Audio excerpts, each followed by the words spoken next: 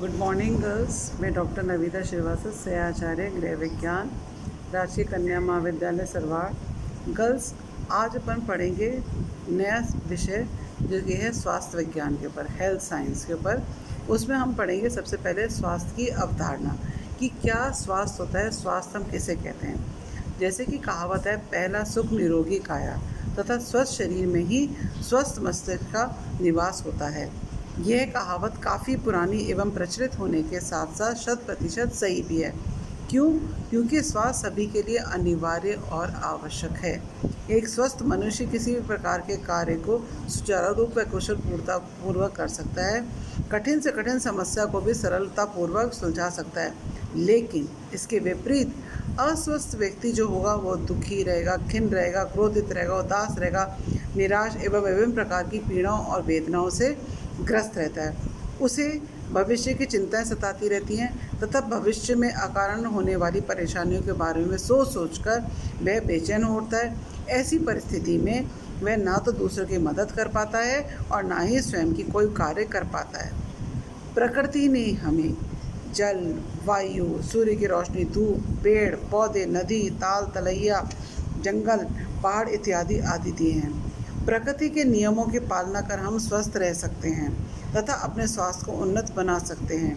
पर्यावरण स्वच्छता तथा व्यक्तिगत आदतों को अपनाकर हम स्वस्थ रह सकते हैं तथा सुखी संपन्न जीवन व्यतीत कर सकते हैं। स्वास्थ्य से अभिप्राय सिर्फ शारीरिक स्वास्थ्य नहीं है, बल्कि मानसिक, सामाजिक, आध्यात्मिक तथा संवेगात्मक स्वास्थ्य से भी है।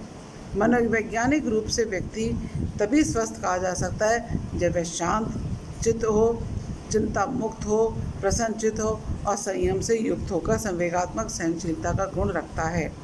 इसी प्रकार से धार्मिक एवं सांस्कृतिक प्रभाव भी व्यक्ति को विभिन्न प्रकार के कार्य करने के लिए प्रेरित करते हैं।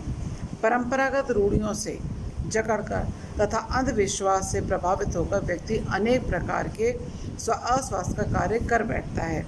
इसलिए स्वास्थ्य में सिर्फ शारीरिक स्वास्थ्य को ही महत्व नहीं दिया जाना चाहिए, बल्कि सामाजिक, मानसिक, आध्यात्मिक स्वास्थ्य का भी समावेश होता है। अब हम कहते हैं स्वास्थ्य की परिभाषा। स्वास्थ्य की परिभाषा अलग अलग शिक्षाविदों ने, चिकित्सकों ने, वैज्ञानिकों ने भिन्न भिन्न प्रकार से दी है। लेकिन एक साधारण व्यक्ति के लिए स्वास्थ्य का अर्थ होता है वह व्यक्ति जिसका शरीर स्वस्थ हो, मन एवं मस्तिष्क स्वस्थ हो, परिवार स्वस्थ हो, स्वतः स्वस्थ वातावरण में रहता हो। विश्व स्वास्थ्य संगठन ने जो स्वास्थ्य की परिभाषा दी है वो क्या है? स्वास्थ्य रोग या निर्बलता का मात्र अभाव ही नहीं, बल्कि शारीरिक, मानसिक तथा सामाजिक हित की पूर्ण अवस्था है। वेबस्टर के अनुसार स्वास्थ्य शरीर, मन या आत्मा में स्वस्थता की अवस्था है जिसमें व्यक्ति को किसी भी प्रकार का शारीरिक रोग अथवा पीड़ा ना हो। J.F. विलियम के अनुसार स्वास्थ्य जीवन का वह गुण है जो व्यक्ति को अधिक समय तक जीवित रहने, सुखी रहने तथा सर्वोत्तम प्रकार से सेवा करने के योग्य बनाता है। ऑक्सफोर्ड डिक्शनरी में स्वास्थ्य की परिभाषा दी है कि स्वास्थ्य शरीर या मन की वह अवस्था है जिसमें कार्य अधिक कुशलता एवं सर्वोत्तम प्रकार से हो सके। अगर हम इन परिभाषाओं के आधार पर हम कह सकते हैं कि स्वास्थ्य का अभिप्राय मात्र स्वास्थ्य शारीरिक निरोगता से नहीं है, बल्कि सामाजिक, मानसिक, आध्यात्मिक स्वास्थ्य से भी है। किसी भी प्रकार को सुचारू रूप से कुशलतापूर्वक करने के लिए व्यक्ति का स्वस्थ रहना अत्यंत आवश्यक होता है। एक प्रसन्नचित्त, निरोग एवं स्वस्थ व्यक्ति ही किसी कार्य को कुशलतापूर्वक संपन्न करने की क्षमता रखता है। अतः जीवन की गुणवत्ता को समृद्ध करने के लिए संपूर्ण अवस्था जिसमें कार्य कुशलता, शारीरिक स्फूर्ति, मानसिक संतोष तथा सुख चैन पर विशेष बल देने की आवश्यकता है। स्वास्थ्य मानव का जन्मसिद्ध अधिकार है, परंतु वह इसे तभी प्राप्त कर सकता है जब वह प्रकृति के नियमों को पालन करने में समर्थ हो। ये प्राकृतिक नियम होते हैं स्वच्छ एवं ताज़ी हवा में सांस लेना, सूर्य का प्रकाश, ताप, प्रकृति भ्रमण, संतुलित एवं पौष्टिक भोजन, नियमित व्यायाम एवं कसरत करना, योग, तनाव रहित जीवन यापन करना, गाढ़ी निद्रा, स्वस्थ आदतों एवं शारीरिक स्वच्छता से संबंधित है। जहाँ तक स्वच्छता का प्रश्न है, स्वच्छता केवल बाहरी नहीं होनी चाहिए, अपितु व्यक्ति का आंतरिक मन भी शुद्ध होना चाहिए। तभी एक व्यक्ति निरोग एवं स्वस्थ रह सकता है। इसके लिए आध्यात्मिक एवं संवेगात्मक रूप से भी स्वस्थ रहना जरूरी है। विश्व स्वास्थ्य संगठन की परिभाषा के अनुसार स्वास्थ्य के 3 मुख्य अवयवों का ज्ञान होता है, जैसे शारीरिक कुशलता, मानसिक कुशलता तथा सामाजिक कुशलता। ये तीनों ही अवयव आपस में घनिष्ठ रूप से संबंधित होते हैं, परंतु विश्व स्वास्थ्य संगठन ने आध्यात्मिक कुशलता का जिक्र नहीं किया है। आध्यात्मिक कुशलता वर्तमान समय में अत्यंत ही आवश्यक है।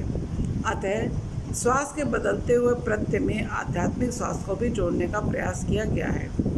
वर्तमान में अगर हम देखें तो स्वास्थ्य की नई फिलॉसफी निम्न प्रकार से है। स्वास्थ्य मनुष्य का मौलिक अधिकार है। मौलिक मतलब ये तो हमारा मौलिक अधिकार मतलब हमारा मूल अधिकार है कि हम स्वस्थ रहें। स्वास्थ्य अभिप्राय आर्थिक उन्नति से है, ताकि स्वस्थ एवं निरोग रहकर व्यक्ति अधिक उत्पादन कर सके तथा दवाइयों पर होने वाले व्यय को कम किया जा सके।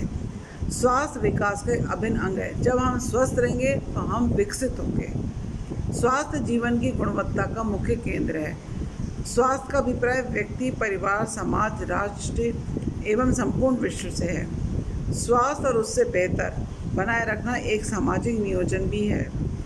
स्वास्थ्य संपूर्ण विश्व का लक्ष्य है। अब हम कहते हैं स्वास्थ्य के अवयव क्या होते हैं। स्वास्थ्य के कई अवयव होते हैं, शारीरिक स्वास्थ्य, मानसिक स्वास्थ्य और सामाजिक स्वास्थ्य। इन सब के अलावा भी और अवयव हैं, जैसे आध्यात्मिक, संवेदनात्मक, आर्थिक और राजनीतिक। तो ये हुई हमारी स्वास्थ्य की अवधारणा। मतलब हम स्वास्थ्य किसे कहते हैं, व्यक्ति को स्वस्थ क्यों रहना चाहिए, ये सारी चीज़ें आज हमने पढ़ी हैं। शरीर और मन मस्तिष्क क्यों स्वस्थ रहना चाहिए, क्या क्या परिभाषाएं विभिन्न लोगों ने दी हैं, कौन सी परिभाषाएं स्वास्थ्य संगठन ने दी हैं, ये सारी परिभाषाएं, इनका हमने निष्कर्ष निकाला है। तो ये सारी चीज़ें हमारे स्वास्थ्य की अवधारणा कहलाती है।